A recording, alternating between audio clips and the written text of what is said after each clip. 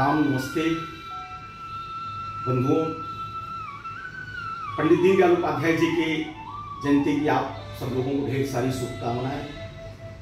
लोक सुमंगल संवाद में आज सांस्कृतिक राष्ट्रवाद की हम चर्चा कर रहे हैं। सांस्कृतिक राष्ट्रवाद, यह शब्द दुनिया के लिए एक आश्चर्य रखता है कि क्या है, क्योंकि यह राजनीति शास्त्र का जो विषय है, राष्ट्र, राज्य, देश, दुनिया पूरी, इन सब शब्दों को एक रूप में लेती है। यानी स्टेट, कंट्री और नेशन बाकी लोगों को समानार्थी लगते हैं, लेकिन भारतीय चिंतन में इस प्रकार का नहीं है।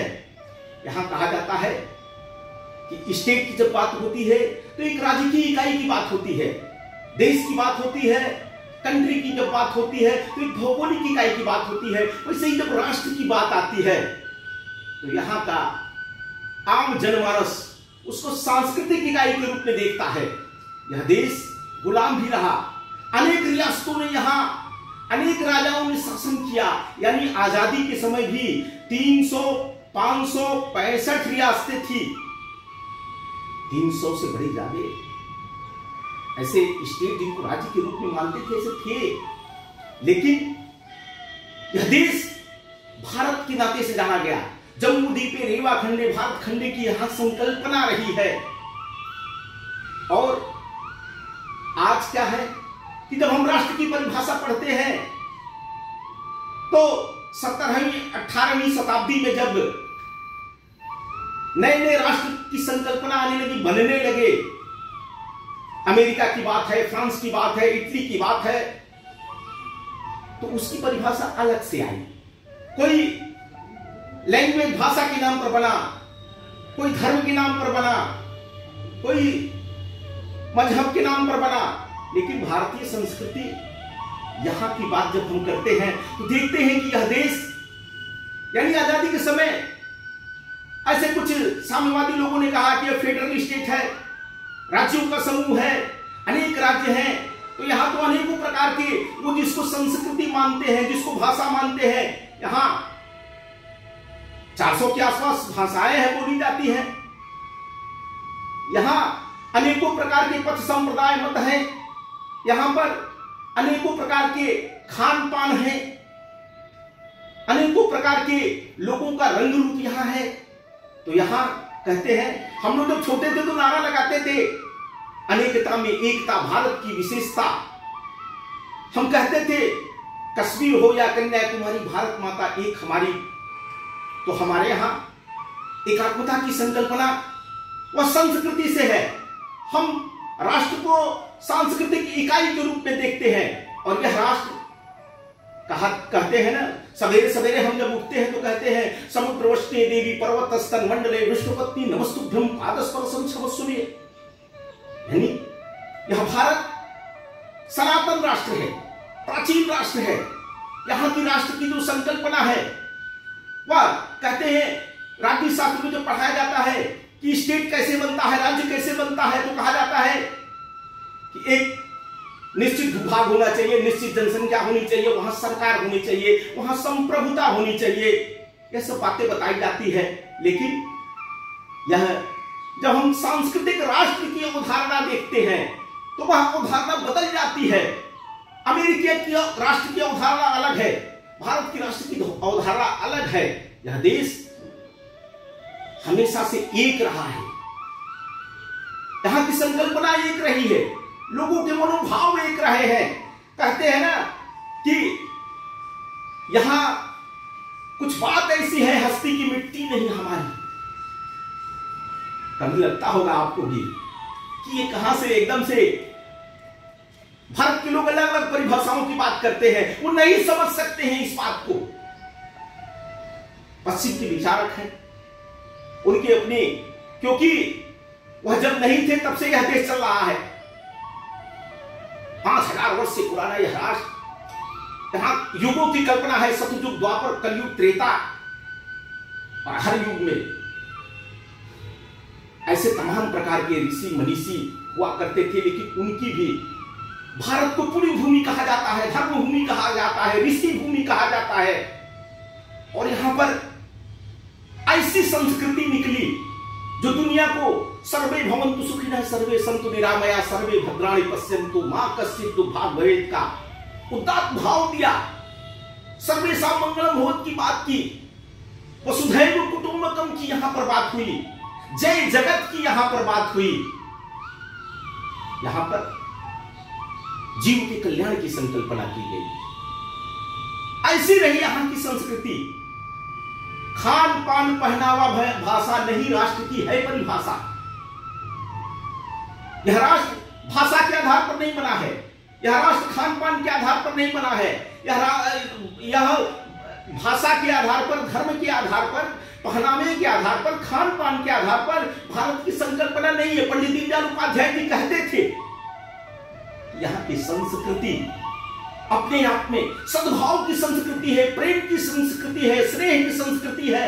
यहां के ऋषि मुनियों ने अनवरत प्रयास किए हैं। संपर्क जिस प्रकार का उनका रहा आपस में, और जिस प्रकार की प्रेम की गंगा उन्होंने बहाई, यानी कोई शंकराचार्य कहां दक्षिण में पैदा होते हैं और 4 मठों की स्थापना करते हैं, कहां भगवान अयोध्या में पैदा होते हैं और पूरे देश के लिए पूजनीय हो जाते हैं। भगवान शंकर उत्तर से लेकर के दक्षिण तक, राम से लेकर के रावण तक उनकी पूजा करते हैं, उनके प्रति स्नेह व्यक्त करते हैं। तो यहां जोड़ने वाले अनेक एकात्मता के सूत्र हैं। पंडित जी कहते थे कि वह एकात्मता के सूत्र यहां के महापुरुष हुआ करते थे। यानी जब हम धर्म की बात करते हैं तो कोई एकेश्वरवादी है, कोई बहुदेववादी है, कोई प्रकृतिवादी है, कोई प्रकृति की पूजा करता है, कोई निराकार की पूजा करता है, कोई साकार की पूजा करता है। लेकिन उनके सबकी श्रद्धा भारत माता के प्रति है, भारत के प्रति है, इस मातृभूमि के प्रति है। और यह संकल्पना कोई ऐसे जो साम्यवादी लोग कहते हैं आजादी के बाद, जैसे कहा कि यह संघों का समूह है, ऐसा नहीं है, छोटे छोटे स्टेटों का एक समूह है, ऐसा नहीं है। यहां आजादी के समय भी आप देखिए, आज भी आजाद होने के बाद भी जब हम जनगण मन गाते हैं तो जनगण मन पहली बार रविंद्रनाथ ठाकुर ने 1911 में कांग्रेस के अधिवेशन में वो गीत गाया था।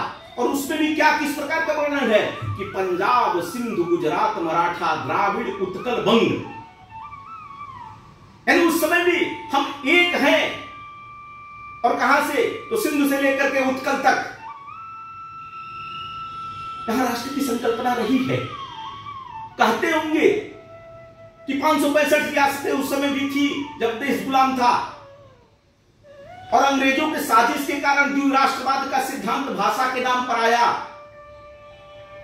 मजहब के नाम पर आया, और भारत और पाकिस्तान बना, भारत मात के टुकड़े हुए। उसके बाद भी वहां राष्ट्र की क्या संकल्पना है, यानी आप समझिए उत्तरी तो पूर्वी पाकिस्तान और पश्चिमी पाकिस्तान कैसे बना। तो भाषा के आधार पर बंगाल के लोगों को नहीं स्वीकार था कि हम पाकिस्तान के साथ रहे, उर्दू बोले, और बंग भाषा के कारण बांग्लादेश बन गया। तो भाषा के आधार पर, धर्म के आधार पर उनके यहां राष्ट्र की संकल्पना है। लेकिन हमारे एकात्मता के सूत्र अलग अलग हैं।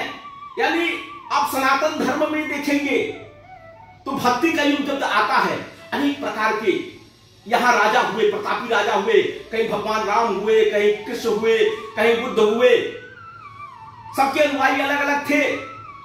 लेकिन यहां के आचार्यों ने मिलकर के जो अवतारवाद की संकल्पना ले आई, यानी यहां कश्यप अवतार, रावण अवतार, यहां मत्स्य अवतार, राम कृष्ण परशुराम, ऐसे अनेकों अवतार, यहां दशावतार की जो संकल्पना है, यह देश को एकता के सूत्र में पिरोने का पहला प्रयास है। सभी पूज्य हैं और यह इनके अनुयायी सब एक हैं।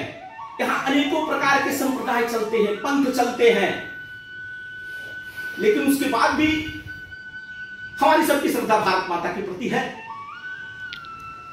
यानी हम कहते हैं उनके यहां धर्म की संकल्पना मजहब से है, रिलीजन से है, लेकिन हमारे यहां धर्म कर्तव्य है, नैतिकता है। हमारे यहां मनुष्य के जीवन की जो संकल्पना होती है, कहते हैं कि हमको जीवन के चारों पुरुषार्थ यानी धर्म, अर्थ, काम, मोक्ष चाहिए। उनके यहां केवल मुक्ति की बात है। इस्लाम में कहते हैं कि जन्नत मिलेगा, वहां कहते हैं कि ईसा मसीह के पास जाना है, लेकिन हमारे यहां अपने कर्तव्य भी है, उसको भी निभाना है, नैतिकता है, कर्तव्य है, राष्ट्रीयता है।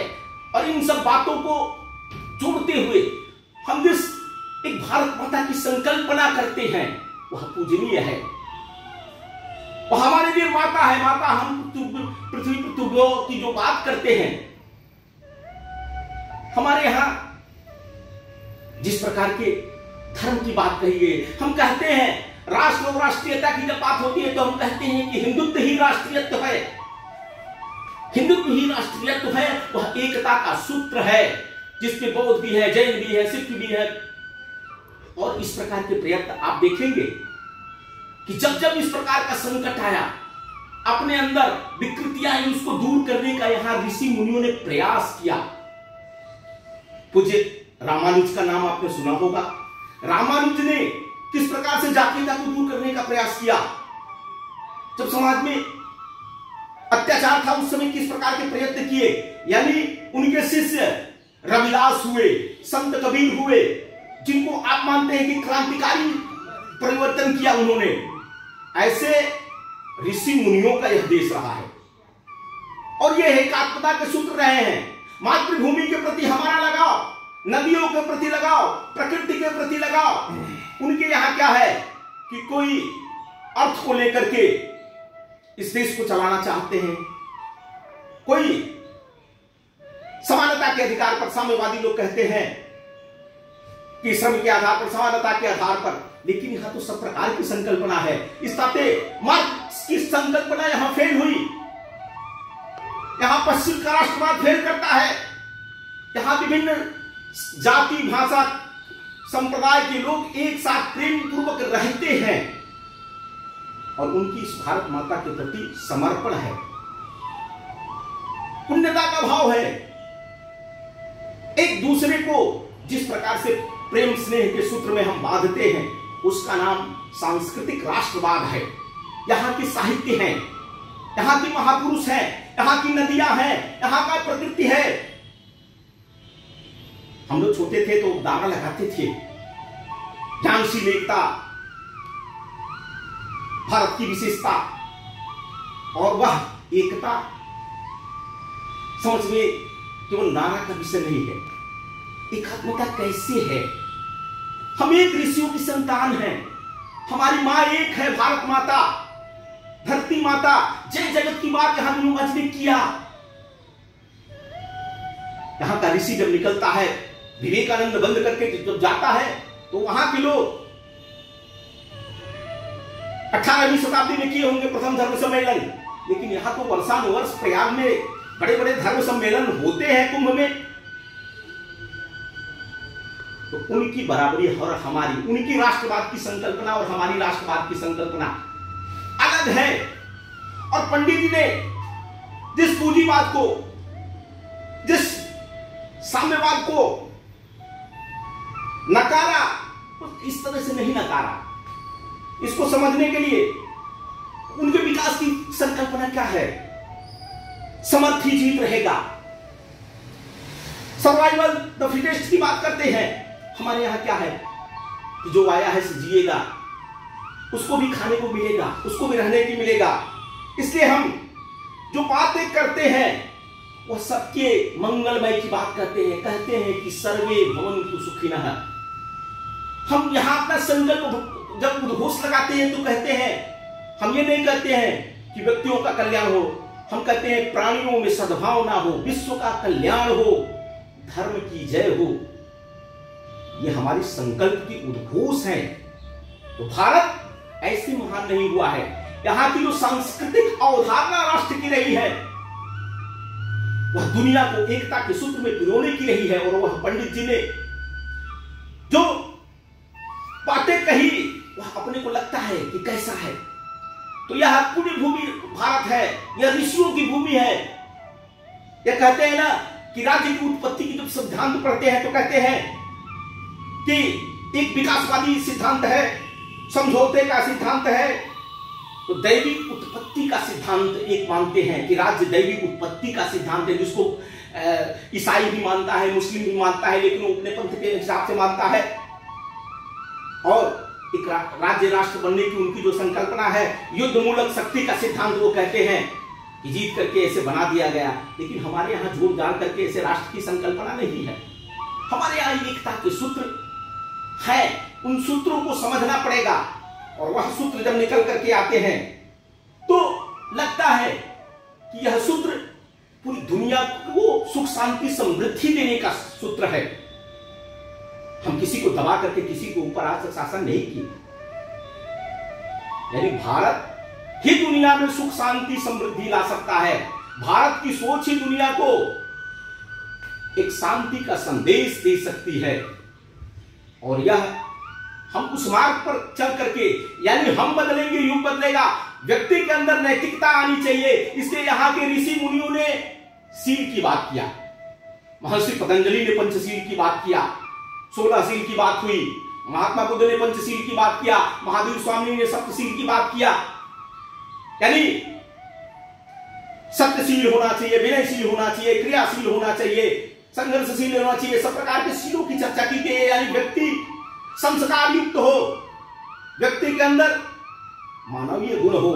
यानी जिस एकात्म मानववाद की पंडित जी संकल्पना करते थे, उसके केंद्र बिंदु में व्यक्ति है। व्यक्ति से परिवार बनता है, परिवार से समाज बनता है, समाज से राष्ट्र बनता है, राष्ट्र से विश्व और सृष्टि की संकल्पना थी। एक दूसरे से सब लगे हुए हैं, एक दूसरे से सब गुथे हुए हैं। और वैसे ही व्यक्ति के जीवन में व्यक्ति को शारीरिक सुख चाहिए, रोटी कपड़ा मकान शिक्षा चिकित्सा चाहिए। उसके बाद भी व्यक्ति को क्या चाहिए? तो व्यक्ति को मानसिक शांति चाहिए। मानसिक शांति कहां से मिलती है? तो सेवा से मिलती है, परोपकार से मिलती है। और उसके बाद भी व्यक्ति को संतोष नहीं होता है तो व्यक्ति को आत्मिक आनंद चाहिए। तो आनंद कहां प्राप्त होता है? तो आनंद व्यक्ति को परापरा की जो संकल्पना है, ईश्वर की आराधना है, वह जो अपने को प्रकृति से ईश्वर से जोड़ता है तो उसको परमानंद मिलता है। हमको धर्म अर्थ का मोक्ष सब चाहिए। उनके जैसे केवल सुख नहीं चाहिए, खाओ पियो मौज करो, दुनिया जाए भार में नहीं। हमको सबकी चिंता है। हम परिवार की संकल्पना वाले लोग हैं। भाई की भी चिंता है, बहन की भी चिंता है, पिता की भी चिंता है, दादी की भी चिंता है। हम सबको एक साथ लेकर के जिलाना चाहते हैं यहाँ हमारे यहाँ। तो इस जो जोड़ने की जो हमारे एकात्मता के सूत्र है वह परिवार में है। तो पंडित जी ने जो वह व्यवस्था की बात किया तो उसमें व्यक्ति परिवार समाज राष्ट्र को एकात्मता के सूत्र में सृष्टि तक एक दूसरे से जोड़ने की बात किया। और वह है सांस्कृतिक राष्ट्रवाद। इसलिए दुनिया के राष्ट्रवाद में और हमारे राष्ट्रवाद में यही है कि हमारे यहां सबके मंगल की कल्पना है, सबके जीवन की कल्पना है, सबके सुख शांति की कल्पना है। और हम व्यक्ति से उठते उठते सृष्टि तक के यानी सबके सुमंगल की संकल्पना करते हैं। और यही है सांस्कृतिक राष्ट्रवाद। महापुरुषों के प्रति हमारा समर्पण, व्यवस्था के प्रति समर्पण, और सबको यह ईश्वर प्रदान करे। ऐसे जिस प्रकार से पंडित जी की संकल्पना थी वह एकात्मवाद की संकल्पना हो, दुनिया को सुख शांति समृद्धि दे सकती है। इस नाते से आज दुनिया भारत की तरफ देख रही है। हम भी पंडित जी को शील शरणों में सादर प्रणाम करते हैं और इस मार्ग पर चलने के लिए लोगों को आवाहन करते हैं। वो इस नाते से नहीं, यह पंडित जी ने इस मार्ग को, यह सनातन मार्ग है, यह भारतीय चिंतन है, यह दुनिया के द्वारा किसी को थोपा हुआ नहीं है। यह अपने आप दैवीय उत्पत्ति के सिद्धांत जैसा है और हजारों वर्ष से इसको लोगों ने जिया है, जिसमें अपने जीवन को पाया है। इस नाते से आप सबको ढेर सारी शुभकामनाएं। सर्वे भवन्तु सुखिनः, सर्वे सन्तु निरामयाः, सर्वे भद्राणि पश्यन्तु मा कश्चित् दुःखम्। जय